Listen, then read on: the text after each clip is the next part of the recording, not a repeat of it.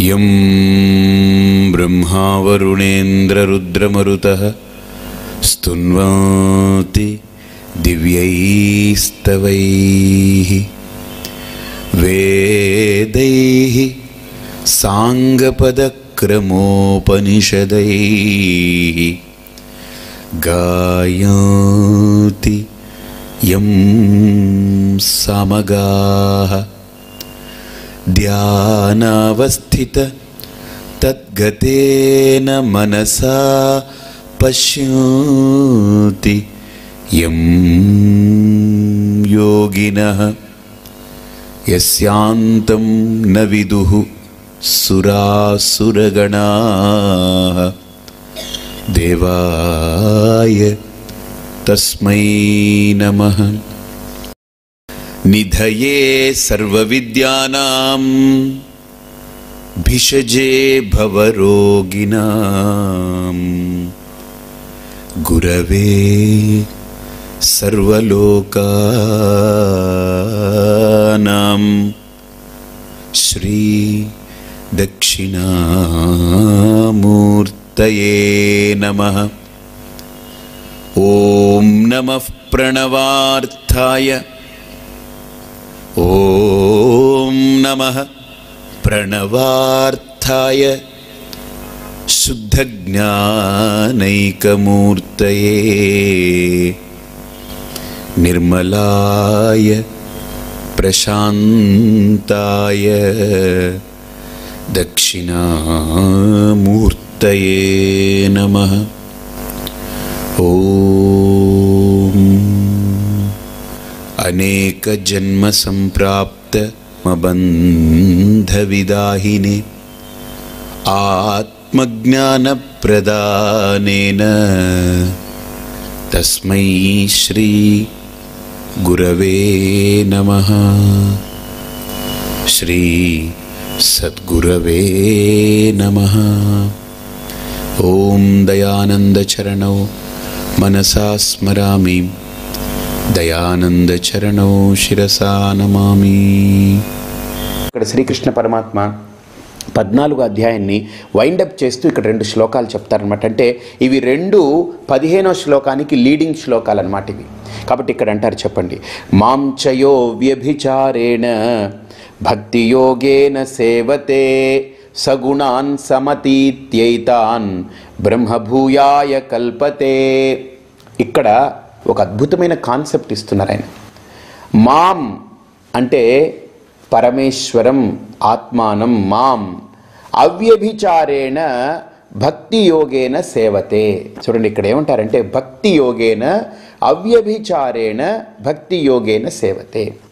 అంటే ఇక్కడ భక్తి యోగేన అనంటే భక్తితో అనంటే ఇక్కడ అర్థం ఏంటనంటే భక్తి అనంటే ఇక్కడ కేవలం బొట్టు పెట్టడం, గంట వాయించడం, హారతి ఇవ్వడం, లేకపోతే పూలు వేయడం, ఇది కాదు భక్తి అనంటే. లేకపోతే జపము, లేకపోతే ఆరాధన, లేకపోతే ప్రార్థన, లేకపోతే సంకల్పము, సంకీర్తన, ఇవన్నీ కాదు భక్తి అనంటే. ఇక్కడ భక్తి అనంటే మాం సేవతే, అక్కడ ఇచ్చారు చూడండి, భజ్ సేవాయాం అంటే భజ్ ధాతుకి భక్తి అంటే సేవించడం, సేవన చేయడం అని అంటే 2 అర్థాలండి ఇక్కడ. సేవించడం అంటే ఎదుటి వ్యక్తిని మనం ఏదైనా ఆరోగ్యం బాగోలేనప్పుడు వాళ్ళకి అన్ని రకాల సేవలు సపర్యలు అందించడం. సేవనము అని అంటే మనకు ఔషధ సేవనం అంటారు. మనకు బాగులేనప్పుడు మనం సేవించేటువంటి ఔషధాన్ని తీసుకునేటువంటి దాన్ని సేవించడం అని అంటారు. కాబట్టి మనం మందు తీసుకున్నప్పుడు, మనం ఏదైనా ఔషధాలు సేవిస్తున్నప్పుడు ఔషధ సేవనం అంటారు. మనకు కూడా సేవనమే, అంటే మన శరీరానికి కూడా సేవ చేస్తున్నాం. అలాగనే ఇక్కడ కూడా శ్రీకృష్ణ పరమాత్మ సేవతే అని అంటే అర్థం ఏంటంటే ఎవడైతే తన్ను తాను సేవించుకుంటాడో, ఏ రకంగా తన్ను తాను సేవించుకుంటాడు, అవ్యభిచారేణ భక్తి యోగేన, వ్యభిచరించేటువంటి భక్తి కాకుండా అవ్యభిచార భక్తి. అంటే వ్యభిచరణ భక్తి అని అంటే నేను వేరు భగవంతుడు వేరు అనేటువంటిది ప్రతి క్షణం మనకు ఆ వ్యభిచార దోషం మనకు అంటుతూనే ఉంది. పరమాత్మతో నేను వేరు అని ఎస్టాబ్లిష్ అయినటువంటి అజ్ఞానం ఏదైతే ఉందో ఆ అజ్ఞానం ఉన్నంత వరకు ఈ వ్యభిచార దోషం ఉంటూనే ఉంటుంది. మీరు అందుకనే ధైర్యంగా ఒక్కటి మనం చెప్పుకోదగ్గ అంశం ఏంటంటే అహం బ్రహ్మాస్మి తత్వమసి అనేటువంటి మహావాక్యాలు ఏవైతే మన ధర్మశాస్త్రాలు బోధిస్తున్నాయో ఇంతకంటే గొప్ప వాక్యం ఏ మతం, ఏ గ్రంథం, ఏ ధర్మం చెప్తుంది చెప్పండి? నువ్వే ఆ పరమాత్మ. ఇంతకంటే గొప్ప వాక్యం ఏ మతం చెప్తుంది చెప్పండి? ఇంతకంటే లేదు, వేరే లేదు. నువ్వే ఆ పరమాత్మ అని చెబుతూ దాన్ని గుర్తించిన వ్యక్తి యొక్క అనుభవాన్ని కూడా వ్యక్తపరుస్తుంది, అహం బ్రహ్మాస్మి అని. ఇంతకంటే అల్టిమేట్, అబ్జల్యూట్ ఏ మతము, ఏ గ్రంథము, ఏ ధర్మము ఇవ్వదు. కాబట్టి ఇక్కడ అంటున్నారు, మాం అటువంటి పరమాత్మ స్వరూపమైనటువంటి నన్ను యహ ఎవడైతే సాధకుడు అవ్యభిచారేణ భక్తి యోగేన సేవత, అంటే వ్యభిచరించకుండా, అంటే నా నుండి వేరు కాకుండా, అంటే నాకంటే అన్యమైపోయి వాడొక జీవుడిగా, కర్తగా, భోక్తగా ఇందులో ఇమిడిపోయి శరీరంలో ఈ కల్మషాలతో ఉండిపోయి అజ్ఞానంతో బ్రతికేటువంటి బ్రతుకు కాకుండా ఈ దేహేంద్రియ మనోబుద్ధుల కంటే విలక్షణుడై కార్యకరణ సంఘాతాదులన్నింటినీ దాటి గుణాలని అధిగమించి గుణాతీతుడై ఎవడైతే స్వచ్ఛమై, శాంతమై, శుద్ధమై, అఖండమై, చైతన్యమై నా స్వరూపమై ప్రకాశిస్తాడో స గుణాన్ సమతీత్య ఏతాన్ బ్రహ్మభూయాయ కల్పతే, అంటే వాడు ఈ గుణాలన్నింటినీ దాటి గుణాతీతుడై నా స్వరూపమై ప్రకాశిస్తున్నాడు. అందుకని ఇక్కడ కూడా ఏంటనంటే జ్ఞాని అనేటువంటి దానికి, భక్తుడు అనేటువంటి దానికి చిన్న వ్యవధి ఉంది. వాళ్ళిద్దరి మధ్య భక్తికి జ్ఞానానికి చిన్న అంతరం. భక్తిలో భగవంతుడే ఉన్నాడు అని గుర్తిస్తాడు. భక్తి యొక్క పరాకాష్ఠలో తానుండడు, భగవంతుడే ఉన్నాడని గుర్తిస్తాడు భక్తుడు. బాగా ఆలోచన చేయండి. జ్ఞాని దగ్గరికి వచ్చేటప్పటికి అహమస్మి బ్రహ్మాహమస్మి అని అంటాడు. ఆ భగవంతుడి కంటే నేను అన్యంగా లేను అని గుర్తిస్తాడు. భక్తుడు ప్రపంచానికి విలువివ్వడు, తాను భగవంతుడే సత్యమని గుర్తిస్తాడు. అంటే భగవంతుణ్ణి తనకంటే వేరుగా భావిస్తున్నప్పటికీ ప్రపంచము కరెక్ట్ కాదు, పరమాత్ముడే సత్యమని ప్రపంచానికి విలువ ఇవ్వకుండా పరమాత్ముడికే విలువ ఇస్తాడు భక్తుడు. కానీ జ్ఞాని, బాగా ఆలోచన చేయండి, సోహమస్మి బ్రహ్మాహమస్మి, అహమస్మి బ్రహ్మాహమస్మి, ఆ పరమాత్ముడే తానై ప్రకాశిస్తున్నాడని గుర్తిస్తాడు. ఈ ఇద్దరికి ఏమిటండి తేడా? భక్తుడే ఒక రకంగా గొప్పవాడు కదండి, ఏమిటి అని అడగొచ్చు మీరు. కొంతమంది ఏంటంటే అపోహపడతారు, నేనే ఆ పరమాత్మ అంటే అహంకారం వస్తుందేమో కదండి. ఏం పిచ్చి అహంకారం నీ తలకాయ, అది అర్థం కాని వాళ్ళు మాట్లాడే మాట. ఇక్కడ భక్తుడికి జ్ఞానికి ఉండే అంతరం ఏంటనంటే అతను ఫోర్సుబుల్లీ ప్రపంచము సత్యం కాదు, ప్రకృతి సత్యం కాదు, పరమాత్ముడే సత్యము అని గుర్తిస్తాడు. కానీ పరమాత్ముడే సత్యము, పరమాత్ముడే శాశ్వతమని గుర్తిస్తూ తన ఉనికిని కూడా నిలుపుకుంటూ ఉంటాడు. ఇంకా తనలో అహంకారం ఉంటూనే ఉంటుంది. నేనెవరిని అని వస్తే నేను ఆ భగవంతుడికి దాసుణ్ణి, భక్తుణ్ణి, అంటే తాను అనే తనతనాన్ని ఇంకా నిలుపుకొని భగవంతుడు గొప్ప అని గుర్తిస్తున్నాడు. అందులో అనుమానం ఏం లేదు, వీడు గొప్పనే. కానీ ఇంకా నేను అనేటువంటిది పూర్తిగా పడిపోలేదు వీడిలో. ఒక్క జ్ఞానిలో మాత్రమే పరమాత్ముడే మిగిలిపోయి ఉంటాడు. ఇక నేను అనేటువంటి దానికి అవకాశం లేదు. ఇక గుర్తించేవాడు, గుర్తింపబడేది రెండు లేకుండా ఎలాగైతే భక్తుడి దృష్టిలో ప్రకృతి మిథ్యా అని అంటాడో, జ్ఞాని దృష్టిలో నేను కూడా మిథ్యా. ఆ నేను అనే కల్పిత అహంకారం కూడా మిథ్యగా పడిపోతుంది. అప్పుడే సత్యమైనటువంటి చైతన్యమై ప్రకాశిస్తుంటాడు అని ఇక్కడ 26వ శ్లోకంలో మనకు చెప్తారనమాట. 27వ శ్లోకంలో దీన్ని వైండప్ చేస్తూ మనకు చెప్తున్నారు. బ్రహ్మణో హి ప్రతిష్టాహం అమృతస్యావ్యయస్య చ శాశ్వతస్య చ ధర్మస్య సుఖస్యైకాంతికస్య చ. ఇక్కడ బ్రహ్మణః హి ప్రతిష్ఠా అహం అమృతస్య అవ్యయస్య చ. అమృతము, అవ్యయము, చూడండి ఇక్కడ ఎంత గొప్ప మాట మాట్లాడాడు. అమృతము అనంటే మృతి కానిది, మృతి చెందనిది అమృతము. అంటే ఇక మరణ ధర్మముతో కూడుకున్నటువంటి దేహేంద్రియ మనోబుద్ధులు లేవు, కార్యకరణ సంఘాతాదులు లేవు. అంటే ఈ ప్రకృతి మిథ్యా. అవ్యయము అంటే డిక్లెన్షన్, అంటే మనోబుద్ధి చిత్త అహంకారాలంటే సూక్ష్మ శరీరం. అంటే మనసు ఇప్పుడు ఒకలా ఉంటుంది, ఇంకో క్షణం ఇంకోలా ఉంటుంది. సుఖం వస్తే ఒకలా ఉంటుంది, దుఃఖం వస్తే ఒకలా ఉంటుంది. ప్రియం ఉంటే ఒకలా ఉంటుంది, అప్రియం ఉంటే ఒకలా ఉంటుంది. ఇష్టం ఉంటే ఒకలాగా, అయిష్టం ఉంటే ఒకలాగా. ఇలా వ్యత్యాసంగా ప్రవర్తించి వ్యయము చెందేటువంటి సూక్ష్మ శరీరము తాను కాదు. అమృతము అనే శబ్దం వాడడం వల్ల ఈ దేహేంద్రియాలు ఏవైతే ఉన్నాయో, దేహము, అవయవాలు, ఇవన్నీ కార్యకరణాలు, ఇవి ఈ పదార్థజాతమైనటువంటి వికారభూతమైనటువంటి దేహము నేను కాదు.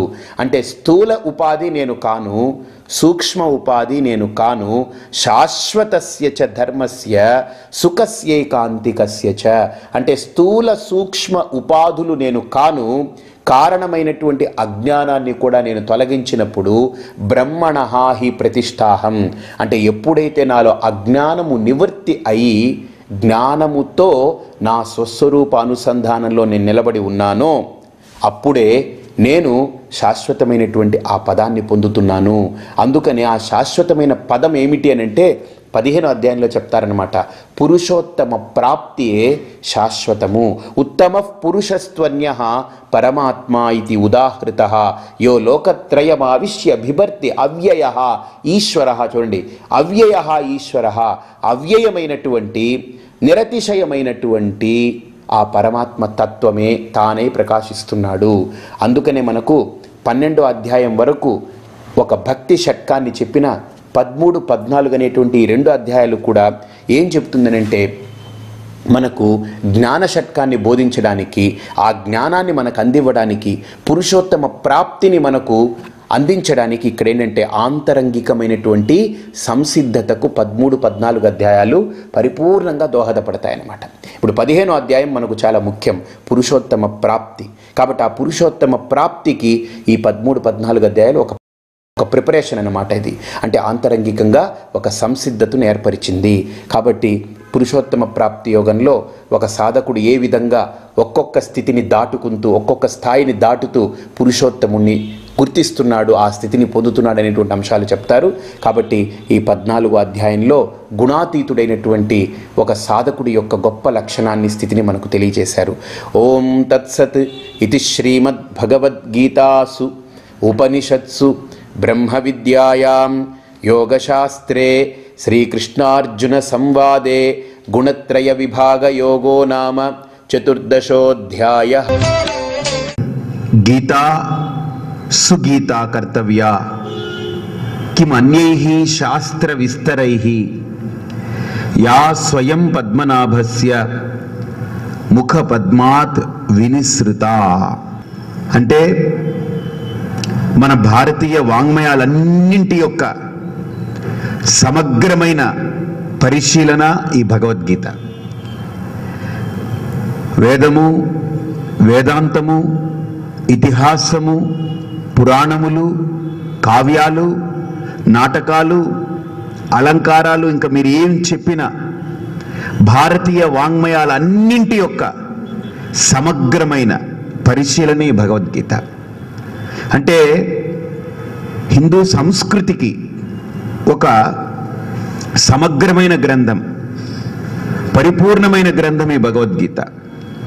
ఈ భగవద్గీతలో ఏమేమైతే చెప్పబడున్నాయో అవే ఇతర మతాల్లో ఉండేటువంటి ప్రధానమైన గ్రంథాల్లో కానీ మన శాస్త్రాల్లో కానీ ఉన్నాయి. ఒకవేళ ఈ గీతలో ఏదైనా చెప్పలేదనంటే ఇంక మీకు ఎక్కడ కనపడదు. ప్రపంచంలో ఎక్కడా లేనిది మనం వెతకాలనుకుంటే గీతలో వెతకొచ్చు. ఇక గీతలోనే లేదనంటే ఇంక ఎక్కడా దొరకదు మనకు. అంటే అంత సమగ్రమైనటువంటి శాస్త్రం, ఇందులో లేనిది అనేటువంటిది ఏ ప్రస్తావన లేదు. It's complete body of knowledge. ఇందులో ఇది లేదు అనేటువంటి ఒక కొరత కానీ ఒక వెలితి కానీ లేనటువంటి శాస్త్రం. అందుకనే కిం అన్యైః శాస్త్ర విస్తరైః అన్నారు ఆయన. అంటే సకల శాస్త్రాలు ఇందులో ప్రతీతమవుతున్నప్పుడు, ఇందులో ప్రతిబింబిస్తున్నప్పుడు మిగతా అన్ని శాస్త్రాల గురించి మనం ఎక్కువ ప్రయత్నం చేయక్కర్లేదు. అంటే వేరే శాస్త్రాలు అక్కర్లేదని కాదు, ఇక్కడ ఇందులో మనకు అన్నిటి యొక్క సారాంశము అధ్యాయంలో ప్రతి శ్లోకంలో మనకు ప్రతిబింబిస్తూ ఉంటుంది. అందుకని ఒక భగవద్గీతను సమగ్రంగా సూక్ష్మంగా కనుక లోతుగా ఉండే అంశాలని మనం పరిశీలించడం మొదలు పెడితే మన భారతీయ వాంగ్మయాలన్నిటి యొక్క సారాంశం బయటపడతాయి. అయితే ఈ భగవద్గీత ఎలాంటిదేనంటే ఎన్నిసార్లు వింటున్నా ఏదో ఒక కొత్తదనం ఇందులో కనిపిస్తూనే ఉంటుంది. అది భగవద్గీత యొక్క గొప్పతనం అని అనుకోకండి, లేదా నా గొప్పతనం కాదు. వినే మీలో అవగాహన పెరిగే కొద్దీ ఒక కొత్త రకం కనిపిస్తూ ఉంటుంది. గీత ఎప్పుడూ గీత ఒకటే, అందులో కొత్తగా ఏం యాడ్ అవ్వవు. పాతవన్నీ చెరిగిపోయి కొత్తవి పెట్టడానికి అదేం స్లేట్ కాదు, పలక ఇది పెట్టుకుని పలక పుల్ల పెట్టుకుని రాయడానికి ఇదేం స్లేట్ కాదు. ఇందులో ఉండే శ్లోకాలు యాజ్ ఇట్ ఈజ్ శ్లోకాలే, కానీ వాటిని మనం అర్థం చేసుకునే స్థాయి పెరిగే కొద్దీ ఒక కొత్తదనం మనలో కనిపిస్తూ ఉంటుంది. కాబట్టి ఆ కొత్తదనం భగవద్గీతలో లేదు, కొత్తదనం చెప్పే నాలోనూ లేదు. కొత్తదనం కేవలం అవగాహన చేసుకునే మీలో అవగాహన మార్పు చెందే కొద్దీ పెరిగే కొద్దీ కొత్తదనం కనిపిస్తబ్బా, ఇంత అర్థం ఉందా, దీంట్లో ఈ కోణం ఉందా అనేటువంటి ఒక అప్రిసియేషన్ మీలో బయలుదేరుతుంది. కాబట్టి అటువంటి గీత మనకు 3 షట్కాలుగా మనకు కనిపిస్తుంది. 1 కర్మ షట్కం, 2 భక్తి షట్కం, 3 జ్ఞాన షట్కం అంటారు. చాలా అద్భుతమైన విభజన అది. అంటే 3 6 18 అధ్యాయాలుగా విభజించారు. మొదటి అధ్యాయం నుండి 6వ అధ్యాయం దాకా కర్మ షట్కం అన్నారు. 7వ అధ్యాయం నుండి 12వ అధ్యాయం దాకా భక్తి షట్కం అన్నారు. అలాగనే 13వ అధ్యాయం నుండి 18వ అధ్యాయం వరకు ఈ సెట్ ఆఫ్ ఈ చాప్టర్స్ని జ్ఞాన షట్కం అన్నారు. అంటే కర్మ అంటే ఏంటి, భక్తి అంటే ఏంటి, సంపూర్ణంగా అందులో వివరించిన తర్వాత ఇక్కడ జ్ఞానం అనే దానికి ప్రాధాన్యతనిస్తుంది ఈ జ్ఞాన షట్కం. అందులో మనం ప్రధానంగా ఈ జ్ఞాన షట్కం అనేటప్పటికీ చూడండి, కర్మ ఆ అధ్యాయాలన్నీ ఒకలా నడుస్తాయి, భక్తికి సంబంధించినటువంటి అధ్యాయాలన్నీ ఒకలా నడుస్తాయి. జ్ఞానం ప్రారంభించగానే అసలు ఈ భగవద్గీత మారిపోతుంది, దీని స్వరూపం. 13వ అధ్యాయం నుంచి అన్ని విభాగ అని వస్తుంది. క్షేత్రజ్ఞ విభాగము, గుణత్రయ విభాగము, దైవాసుర సంపత్ విభాగము, అలాగనే శ్రద్ధాత్రయ విభాగము. విభాగము అంటే ఎందుకు చేశారు అని అంటే కలిసిపోయి ఉన్నాయి. దాన్ని విభజించిన తర్వాత ఏది మనకు అవసరమో దాన్ని తీసుకుంటాం, అవసరం లేని దాన్ని విడిచిపెడతాం. బియ్యము రాళ్ళు కలిసిపోయి ఉంటుంది, మనం వండుకునేటప్పుడు ఏం చేస్తాం, ఆ బస్తాల నుంచి బియ్యాన్ని చాటలోకి తీసుకుని చెరుగుతాం. దాన్ని అక్కర్లేనటువంటి రాళ్ల పదార్థాలన్నీ పనికిమాలన్నీ పక్కకు వస్తాయి, వాటిని తొలగిస్తాం. కావలసిన బియ్యం ఉండిపోతుంది, దాన్ని మనం కడిగి ఎసరులో పోస్తాం మనం. అలాగని ఇక్కడ కూడా భగవద్గీత కూడా జ్ఞానము అనేటువంటి దానికి ప్రధానంగా విభాగం అవసరం, వివేకం అవసరం. వివేకం లేకపోతే జ్ఞానం కలగదు. ఆ వివేకం దేని వల్ల కలుగుతుంది? విభాగం వల్లనే వివేకం కలుగుతుంది. క్షేత్రము క్షేత్రజ్ఞుడు, దాని విభాగం చేస్తే నేను క్షేత్రం కాదు అని తెలిసిపోతుంది, నేను క్షేత్రజ్ఞుణ్ణి అని తెలిసిపోతుంది.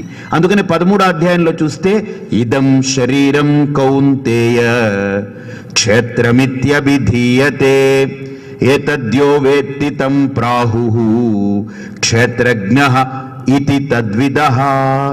విభాగం చేశాడు. అసలు నీ శరీరం కాదు, నేను జీవుణ్ణి, క్షేత్రజ్ఞుణ్ణి, ఈ శరీరాన్ని గుర్తించేవాడిని. చూడండి, ఎప్పుడైనా నాకు కాళ్లకు నొప్పి వస్తే నా కాళ్ళకు నొప్పి వచ్చింది అంటానే కానీ నాకు నొప్పి వచ్చింది అనను. ఏమిటోనండి ఈ మధ్య బాగుండేదే, నా కిడ్నీలు ఈ మధ్య కొద్దిగా ఇబ్బంది పెడుతున్నాయి. నా కిడ్నీ అంటాను, నా కాలు అంటాను, నా గుండె అంటానే కానీ నేనని చెప్పను. కారణం అవన్నీ నావే కానీ నేను కాను. అందుకనే నాకు ఒక కాలు తీసేసిన డాక్టరు ఇంకో కాలుతోటి నడిచేస్తాను. ఒకవేళ 2 కాళ్ళు పని చేయకపోయినా కుర్చీలో కూర్చునైనా బ్రతికేస్తాను. కాబట్టి నాకు కాళ్ళు పోయావే కానీ నేను పోలేదు. అలాగనే గుండె ఆగిపోతే నా గుండె పని చేయలేదు అనుకోవాలి తప్ప నేను పోయాననేటువంటిది ఈ లోకంలో ఉండదు. ఎందుకని? నేను రాలేదు, నేను పోలేదు. అజహ నిత్యః శాశ్వతః అయం పురాణః నహన్యతే హన్యమానే శరీరే. ఆ తత్వాన్ని ఇక్కడ బోధించాలి అనంటే విభాగం కావాలి. అలాగనే అంతటి వివేకం మనకు కలగాలి అనంటే గుణాల మధ్య కూడా విభాగం కావాలి. సత్వగుణం అంటే ఏంటి, రజోగుణం అంటే ఏంటి, తమోగుణం అంటే ఏంటి, అసలు ఈ తమోగుణం యొక్క ప్రక్రియ ఎలా ఉంటుంది, తమోగుణంతో ఉన్నటువంటి వ్యక్తి యొక్క చేష్టలు ఎలా ఉంటాయి, రజోగుణంతో ఉన్నవాడి చేష్టలు ఎలా ఉంటాయి, సత్వగుణంతో ఉండేవాడి చేష్టలు ఎలా ఉంటాయి. ఇప్పుడు ఒక సాధకుడిగా ఆధ్యాత్మికంగా నేను ఒక జ్ఞానాన్ని పొందాలనుకుంటున్నప్పుడు నాకు తమోగుణం సహకరిస్తుందా, రజోగుణం సహకరిస్తుందా, సత్వగుణం సహకరిస్తుందా? అది మనకు అక్కడ 3 గుణత్రయ విభాగ యోగంలో టాపిక్ మనకు. ఎందుకని మనం జ్ఞానాన్ని పొందడం కోసం జ్ఞానం అంటే ఏంటి అనంటే, ఈ లోకంలో అన్ని జ్ఞానాలే. ఏది జ్ఞానం కాదు చెప్పండి? ఒక పువ్వు, దాన్ని తెలుసుకోవాలంటే అసలు ఒక జన్మ సరిపోదు. దాన్ని విచారణ చేస్తూ అసలు ఈ పువ్వు ఎందుకు ఇలా పుట్టింది, దీనికి కాడ ఎందుకు ఇలా ఉంది, దీని పెటల్స్ ఎందుకు ఇలా ఉన్నాయి, ఇన్నే పెటల్స్ ఎందుకు ఉంటాయి, మధ్యలో ఆ బొడిపు ఎందుకు ఇలా వచ్చింది, అసలు తెలుసుకుంటూ పోతుంటే ప్రతిదీ జ్ఞానమే. ఈ లోకంలో, ఈ లోకమంతా కూడా జ్ఞానమయం జగత్ ఇది కాదా చెప్పండి? అసలు పైకి చూస్తే నక్షత్రాలు, ఆకాశంలో సూర్యుడు, చంద్రుడు, ఆ ఖగోళం చూస్తే అదొక జ్ఞానం. భూమిని చూస్తే విచిత్రమైనటువంటి జ్ఞానం. అతల వితల సుతల పాతాల తలాతల రసాతల మహాతలమని తవ్వుకుంటూ పోయే కొద్దీ మనం అసలు ఊహించలేం, అంత జ్ఞానంతో కూడుకుంది ఆ భూమి. పైకి వెళ్లే కొద్దీ జ్ఞానం, కిందకి వెళ్ళిన జ్ఞానం. ఈ మధ్యలో ఉన్నటువంటి ఈ భూభాగంలో ఉండే ప్రతిదీ కూడా జ్ఞానవంతంగా ఉంది. ఒక బీజం చెట్టులో, ఒక బీజాన్ని భూమిలో వేస్తే చెట్టు పైకి వస్తుంది, అదే ఇంకొకటి తీగ కింద పాకుతుంది, కొన్నేమో కందమూలాలేమో భూమిలోకి వెళ్ళిపోతాయి. ఏమిటివి? అసలు ఇంత అర్థవంతమైన ప్రకృతి, ఏది ముట్టుకున్న జ్ఞానం. అందుకనే పరమాత్ముణ్ణి కూడా సత్యం జ్ఞానమనంతం బ్రహ్మ, పరమాత్ముడు జ్ఞానస్వరూపం కనుక, పరమాత్ముడి యొక్క ప్రతిబింబమే ప్రకృతి కనుక, ఈ ప్రకృతిలో నేను అద్దం ముందుకు వెళితే నా ముఖం ఎలాగైతే నేను సవరించుకుని ఈ గంధం పెట్టుకుని బొట్టు పెట్టుకుని ఇలా కనిపిస్తున్నానో, నేను ఎలాగైతే తయారు చేసుకున్నానో నా ముఖాన్ని, అద్దం ముందుకు వెళ్ళినప్పుడు అదే ప్రతిబింబం కనిపిస్తుంది. అలాగనే పరమాత్మ జ్ఞానస్వరూపం కనుక, ప్రకృతి రూపంలో ప్రతిబింబించేటువంటి పరమాత్ముడే కనుక ఈ ప్రకృతి కూడా జ్ఞానమయమై ఉంది. ఇందులో అజ్ఞానం ఎక్కడా లేదు. అజ్ఞానం ఈ ప్రకృతిలో ఎక్కడైనా ఒక చోటు ఉందనంటే ఉంది. అది ఎక్కడ? మనిషి యొక్క బుద్ధిలో ఉంది అజ్ఞానం, ఇంకెక్కడా లేదు. అజ్ఞానం అనేది మనిషి యొక్క బుద్ధిలో ఉంది. కాబట్టి అందుకనే నేను ఎప్పుడు ఒక చిన్న ఉపమానం చెప్తూ ఉంటాను. ఏంటనంటే, ఒక ఆవుని, ఒక పులిని, ఒక మనిషిని ఒక పెద్ద మాల్లోకి తీసుకెళ్లారట. పెద్ద మాల్, ఇంకా అక్కడ అన్నీ ఉన్నాయి, ఇంకా అసలు అది లేదు ఇది లేదని లేదు. ఒక తల్లి తప్ప అన్ని దొరుకుతుంది అక్కడ. ఒక కన్న తల్లి తప్ప అన్నీ దొరికేస్తాయి అక్కడ. అంత పెద్ద మాల్ అది. తీసుకెళ్తే ఆవు చూసిందట. ఆవు చూసి, అబ్బా అక్కడ మంచి ఆకులు ఉన్నాయి, మంచి గడ్డి ఉంది, కాయగూరలు ఉన్నాయి, అరటికాయలు ఉన్నాయి, అరిటాకులు ఉన్నాయి, ఇది నాకు బాగుందని వెళ్ళిపోయింది ఆ షాపులోకి. పులి అలా వెళుతూ వెళుతూ చూస్తే ఒక దగ్గర మాంసం కొట్టుంది, మాంసం అమ్ముతున్నారు, అందులోకి వెళ్ళిపోయింది అది తినడానికి. ఆవేమో తనకు కావలసిన వాటిని వెతుక్కుని ఆ షాపులోకి వెళ్ళిపోయింది. పులేమో తనకు కావలసిందని వెతుక్కుని వెళ్ళిపోయింది. ఈ మనిషి దాన్ని చూస్తున్నాడు, దీన్ని చూస్తున్నాడు, దీన్ని చూస్తున్నాడు. ఏది కావాలో వీడికి తెలియదు, ఏదొద్దో తెలియదు. అన్నిటినీ ఆగమాగం గందరగోళం ఇలాగ చూసేస్తున్నాడు. కాబట్టి నోరు లేని ఆవుకి ఏం కావాలో తెలుసు, అది వెళ్ళిపోయింది. నోరు లేని పులికి, జంతువుకి ఏం కావాలో తెలిసి వెళ్ళిపోయింది. కానీ మనిషికి ఏది కావాలో తెలియదు, ఏది వద్దో తెలియదు. చూసిందల్లా కావాలి, కావలసిందల్లా వద్దు. చూసిందల్లా కావాలి, తెచ్చుకున్నంత వాడు ఉపయోగించుకోడు, వాడుకోడు. వీడి దగ్గర ఉండేది ఏంటంటే కన్ఫ్యూజ్డ్ ఫెలో. ఇంత అన్డిటర్మినేషన్. వాటికి డిటర్మినేషన్ ఉంది. ఒక ఆవుకి నాకు ఇది కావాలి, దట్స్ ఇట్, ఇంకా రెండో ఆలోచన లేదు. అక్కడికే వెళ్తుంది. ఆవుని ఇంకో చోటికి తీసుకెళ్ళండి, ఏదైనా మంచి మంచి బంగారు కిరీటం, బంగారు ఆభరణాలు చేసి పెట్టిన షాప్లోకి తీసుకెళ్ళండి అంటుంది, పక్కకి వెళ్ళిపోతుంది. అది వద్దు దానికి. లేదు మీరు డైమండ్స్ పెట్టండి, చూస్తుంది, వాసన చూసి వెళ్ళిపోతుంది. దానికి కావాల్సిందేదో ఏ షాపులో దొరుకుతుందో ఆ వాసన పసిగట్టి అక్కడికే వెళ్ళా అవుతుంది. మనం తన్నినా పోదు అక్కడి నుంచి. కానీ మనిషిని తీసుకెళ్ళండి, ఇక్కడికి తీసుకెళ్ళండి, అది కావాలి. ఈ చెత్త దగ్గరికి తీసుకెళ్ళి అది కావాలి, ఈ చదారం కావాలి. అసలు వీడికి ఏం కావాలో వాడికి తెలియదు, ఏం అక్కర్లేదో తెలియదు. ఇంత బుద్ధున్న మనిషి చాలా గొప్పవాళ్ళం, మనుషులం. పశువులన్నిట్లో కల్లా, జీవరాశులన్నిట్లో కూడా నరహ శ్రేష్ఠ, అందరికంటే మనిషి శ్రేష్ఠుడని మనం చెప్పుకుంటున్నాం. కానీ వీడిని వదిలితే తెలుస్తుంది వీటితో పాటు. వాటికన్నిటికీ తెలిసి ఏం కావాలో, కానీ వీడికి ఒక్కడికే తెలియదు ఏం కావాలి. అందుకనే ఒక గురువు, శాస్త్రము మనిషికే కావాలి. ఆవుకి గురువు అక్కర్లేదు, శాస్త్రం అక్కర్లేదు. ఎందుకని? దానికి ఏం కావాలో దానికి బాగా తెలుసు, వెతుక్కుంటుంది, వెళ్ళిపోతుంది. పులికి ఏం కావాలో బాగా తెలుసు, అది వెతుక్కుంటుంది, వెళ్ళిపోతుంది. కానీ మనిషికే ఏం కావాలో తెలియదు, ఏం అక్కర్లేదో తెలియదు. There is no determination in his బుద్ధి. ఆ వివేకం లేదు. చూడండి, మీరు ఏది అడగండి అది కావాలి వాడికి. వాడిని అడగండి, ఏది నీకు వద్దని అడగండి, తెచ్చిపెట్టుకున్నా వద్దంటాడు మళ్ళీ. కావాలని ఏవైతే పోగు చేసి పట్టుకొచ్చుకుంటాడో కొంతకాలం తర్వాత ఇది వద్దంటాడు, మళ్ళీ ఏం కావాలి, అది అక్కర్లేనిది కావాలి. వాడి ఇది అక్కరనా అక్కర్లేదా అనేటువంటిది ఉండదు. కాబట్టి వాడికే గురువు కావాలి, వాడికే శాస్త్రం కావాలి. అందుకనే భగవద్గీత కూడా అంటుంది చాలా అద్భుతంగా, తస్మాత్ శాస్త్రం ప్రమాణంతే కార్యాకార్యే వ్యవస్థితి. కాబట్టి కార్యము అకార్యము, ఏది చెయ్యాలో ఏది చెయ్యకూడదో, ఏది కావాలో ఏది వద్దో, ఏది తనకు శ్రేయస్సో ఏది తనకు పనికిరాదో దాని గురించి నిర్దుష్టంగా గీత గీసి మాట్లాడుతుంది గీత. అందుకనే ఇది గీత సుగీత కర్తవ్య. అటువంటి గీత మాట్లాడుతూ ఒక మనిషి ఏ జ్ఞానాన్ని అయితే పొందితే వాడు పరిపూర్ణమవుతాడో ఆ జ్ఞానాన్ని 15వ అధ్యాయం ద్వారా మనకు చెప్తారనమాట. దాన్ని పురుషోత్తమ ప్రాప్తి యోగము అనేటువంటి పేరుతో మనకు చెప్తారు. దీన్ని 15వ అధ్యాయంగా చెప్పబడి